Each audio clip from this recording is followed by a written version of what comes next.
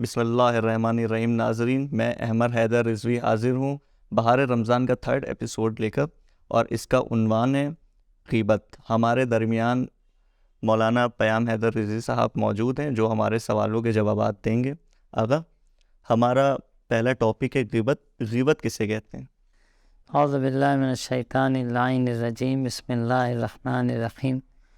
غیبت کے حوالے سے جو سوال آپ نے کیا، یقیناً غیبت ایک بری خصلتوں میں سے ہے، بے شک. اور شریعت اسلام میں اس کی کافی مذمت ہے. غیبت کی جو ڈیفینیشن اور تعریف ہے وہ یہ کہ ہم کسی بھی برادر مومن کے عیب کو اس کی غیر موجودگی میں ذکر کریں. اب اس میں کن موارد میں ذکر کیا جا سکتا ہے اس کا انشاءاللہ ذکر ہم آپ کے سامنے کریں گے، لیکن کسی بھی مومن کے عیب کو ذکر کرنا، اور ایسا عیب جس سے اگر اسے اطلاع ہو کہ آپ نے بیان کیا تو وہ اس سے ناراض ہوگا، اس سے کراہیت رکھتا ہے کہ کیوں میری یہ بات آپ نے دوسروں کے سامنے بیان کروائی، تو اس کو غیبت کہا جاتا ہے. غیبت کی حدیث و روایت میں سخت مذمت ہے، اور اتنا عظیم و گناہان کبیرہ میں سے اس کو شمار کیا گیا ہے، بلکہ روایات میں یہاں تک ملتا ہے کہ ایاک والغیبہ فإن الغیبۃ اشد من الزنا، کہ غیبت سے پرہیز کریں کہ بے شک غیبت کا جو گناہ ہے وہ زنا سے بھی بدتر ہے. تو کہنے کا مقصد ہے کہیں نہ کہیں یہ برائی اتنی زیادہ نقصان دہ ہمارے معاشرے کے لیے کہ اسلام نے اس کی سخت مذمت کی.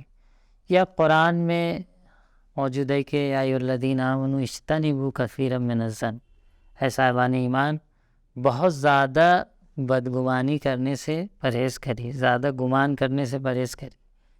فإن بعض الظن، کیونکہ جو بعض آپ کے گمان ہوتے ہیں دوسروں کے نسبت وہ گناہ ہیں. کیوں گناہ ہیں؟ کیونکہ وہ گمان آپ کے واقع کے خلاف ہوتے ہیں، جیسا وہ بندہ ہوتا نہیں اس کے خلاف آپ سوچتے رہتے. پھر قرآن کیا کہتا ہے کہ ولا تجسسوا، ایک دوسرے کے بارے میں چھان بین نہ کریں. ہم لوگ تو کوشش کرتے ہیں فلاں کب آیا، فلاں کہاں گیا، کیا کر رہا ہے، جبکہ اسلام اور قرآن کیا کہہ رہا ہے؟ چھان بین نہ کریں. ولا تجسسوا، معلومات و چھان بین نہ کریں کہ کیا کر رہا ہے، جیسے کہیں دوسرے کے بارے میں خبر لیتے رہنا اور ایک تجسس لگائے، کچھ لوگوں کی عادت ہوتی. اسلام میں سخت اس کی مذمت ہے. ولا یغتب بعضکم بعضا، بعض کی غیبت بھی مت کریں. اب دیکھیے غیبت کے جتنے مقدمات ہیں، یعنی جہاں سے غیبت کی شروعات ہوتی ہے ان چیزوں کو بھی اسلام نے منع کر دیا.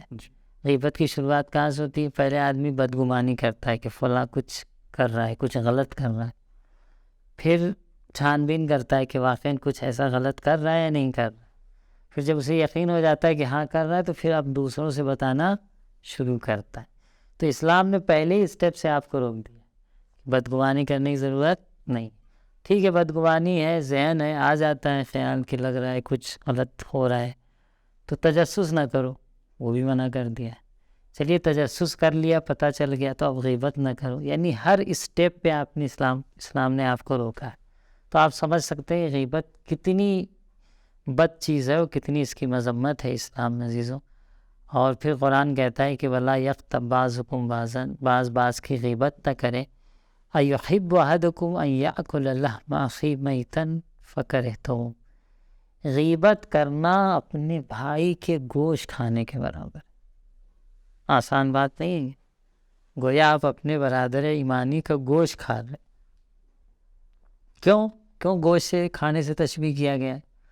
کیونکہ جب گوشت وہ چیز ہے جو انسان کے اسکلیٹ میں، انسان کے بدن میں انسان کی خوبصورتی کا باعث ہے، انسان کی زینت کا باعث ہے. اگر انسان کے بدن سے گوشت ہٹا لیا جائے، سامنے ڈھانچہ کھڑا کر دیا جائے تو لوگ دیکھ کے بھاگ جائیں، بھاگیں گے نہیں بھاگیں.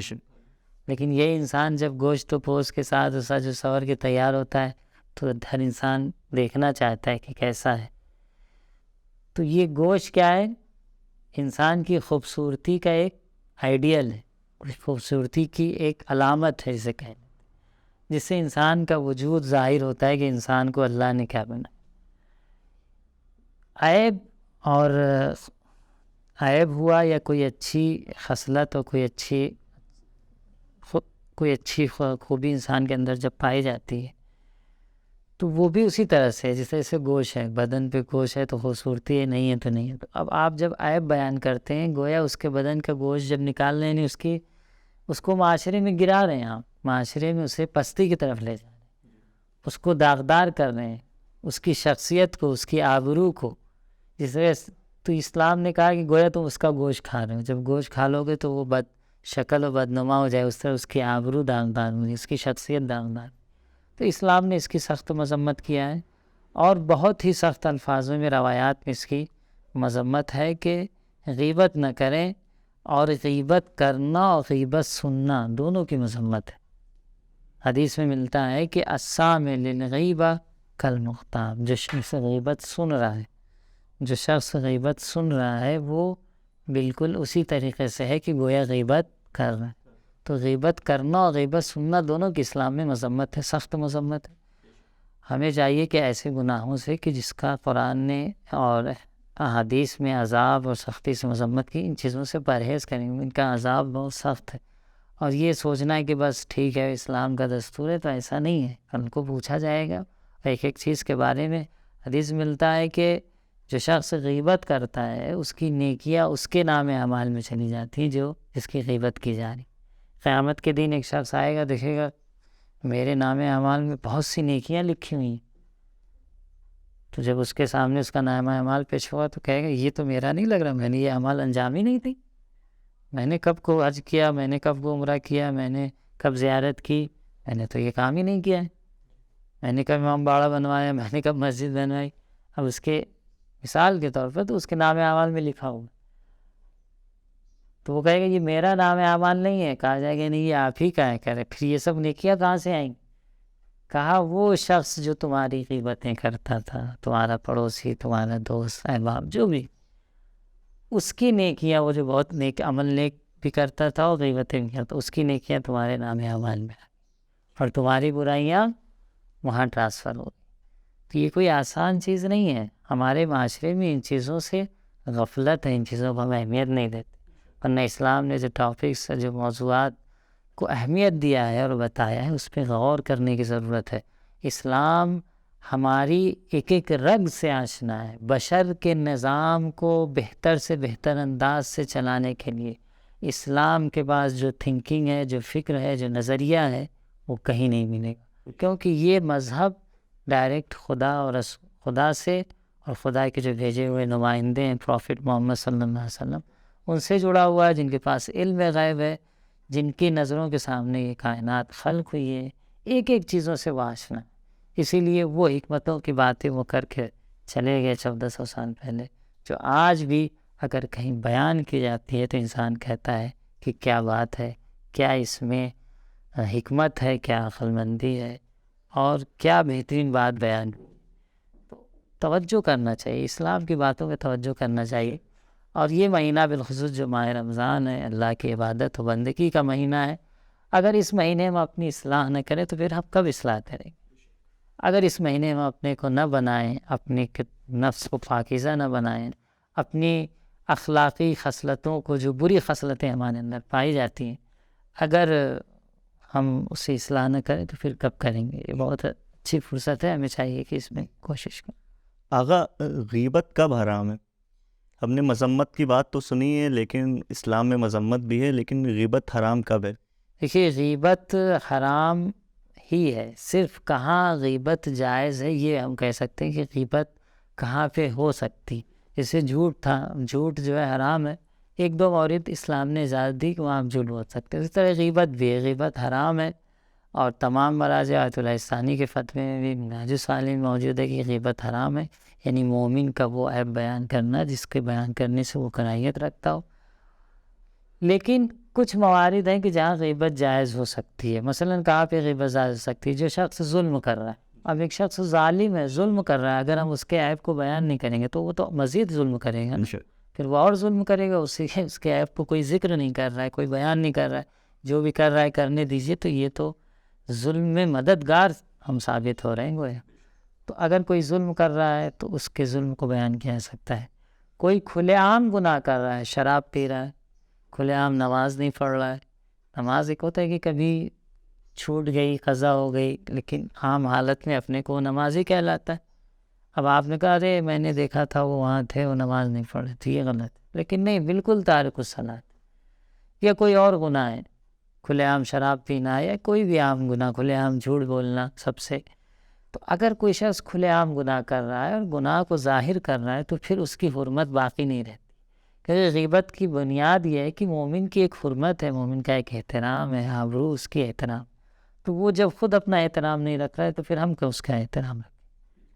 تو اس لیے اگر کوئی کھلے عام علنی طور پر فسق و فجور کر رہا ہے تو اس کو بیان کرنے میں کوئی قباحت نہیں ہے، بلکہ چہ بسا اگر اس کو بیان کرنے سے لگتا ہے کہ وہ کم کرے گا، رک جائے گا، تو بیان کرنا امر بالمعروف و نہی عن المنکر کے حوالے سے شاید ضرورت بھی ہو اگر گناہ ہے. البتہ کبھی کبھی ہم دوسروں کے بارے میں تشخیص دینے میں بہت جلدی نظریہ قائم کرتے ہیں. جب خود پہ بات آتی ہے تو پھر ہم اسی چیز کو حلال کرنے کی کوشش کرتے ہیں.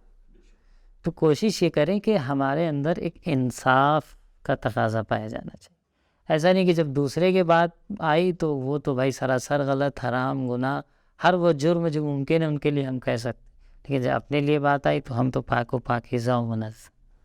اگر اسی رویے کو انسان بدل دے، دوسروں کے بنسبت اپنی نگاہ کو اچھا کرے اور خود اپنے بنسبت اپنی نگاہ کو تھوڑا سا بدبین کرے کہ ہمارے اندر بھی کچھ کمیاں ہیں، تو یقیناً آج جو ہمارے معاشرے میں مشکلات ہیں، جیسا کہ گزشتہ ایپیسوڈ میں ہم نے حسد کے بارے میں گفتگو کی. بہت سے حسد کا اظہار کیوں ہوتا ہے؟ کیونکہ ہم اپنی برائیاں دیکھتے ہی نہیں، ہم صرف سامنے والے کی برائیاں دیکھتے ہیں اور اس کو اپنے مائنڈ میں ریویژن کرتے ہیں کہ اس نے یہ غلط کر دیا اور اس کو اب تو پست کرنا ہے، اسے نیچے دکھانا ہے. تو آپ اپنی برائیاں بھی دیکھیں، چہ بسا وہی برائیاں آپ کے اندر ہیں. آپ اپنے کو نہیں پست کرنا پسند کرتے اور سامنے والے کے اندر نظر آ گئی تو پھر اسے تو پست دکھانی. تو یہ اس کی وجہ کیا ہے؟ یہ وہی حسد ہے، یہ وہی انسان کے اپنے نفس کو پاکیزہ نہ بنانا. الحمدللہ ایک اچھا موقع ملا ہے کہ ہم اپنی اخلاقی خصلتوں پر اور بری خصلتیں جو انسان کے اندر پائی جاتی ہیں اس پہ ہم گفتگو کر رہے ہیں. تو غیبت بھی وہی ہے، غیبت کی وجہ یہی ہے کہ ہم حسد کر رہے ہیں تب غیبت کر رہے ہیں، اس کے مقام کو برداشت نہیں کر پا رہے ہیں اس لیے غیبت کر رہے ہیں. بہت سی وجہ غیبت کی، اس میں سے ایک وجہ یہ بھی. تو ہمیں چاہیے کہ غیبت سے پرہیز کریں. تو ان موارد میں ظلم کرنا، فسق و فجور، کوئی مشورہ لینے آیا ہے، فلاں شخص کے ساتھ ہم معاملہ کریں نہیں، خود سے ہم نہیں جا کے بتا سکتے لیکن ہم سے مشورہ کر رہا ہے، فلاں شخص کے ساتھ ہم پارٹنرشپ میں جاب یا بزنس کریں یا نہیں، اس کو آپ صحیح مشورہ دیں. کیونکہ آپ کو پتہ ہے کہ وہ شخص صحیح نہیں، تو آپ کہیں کہ میں غیبت نہیں کروں گا، بھائی آپ کی مرضی، اچھا ہے کرنا نہیں.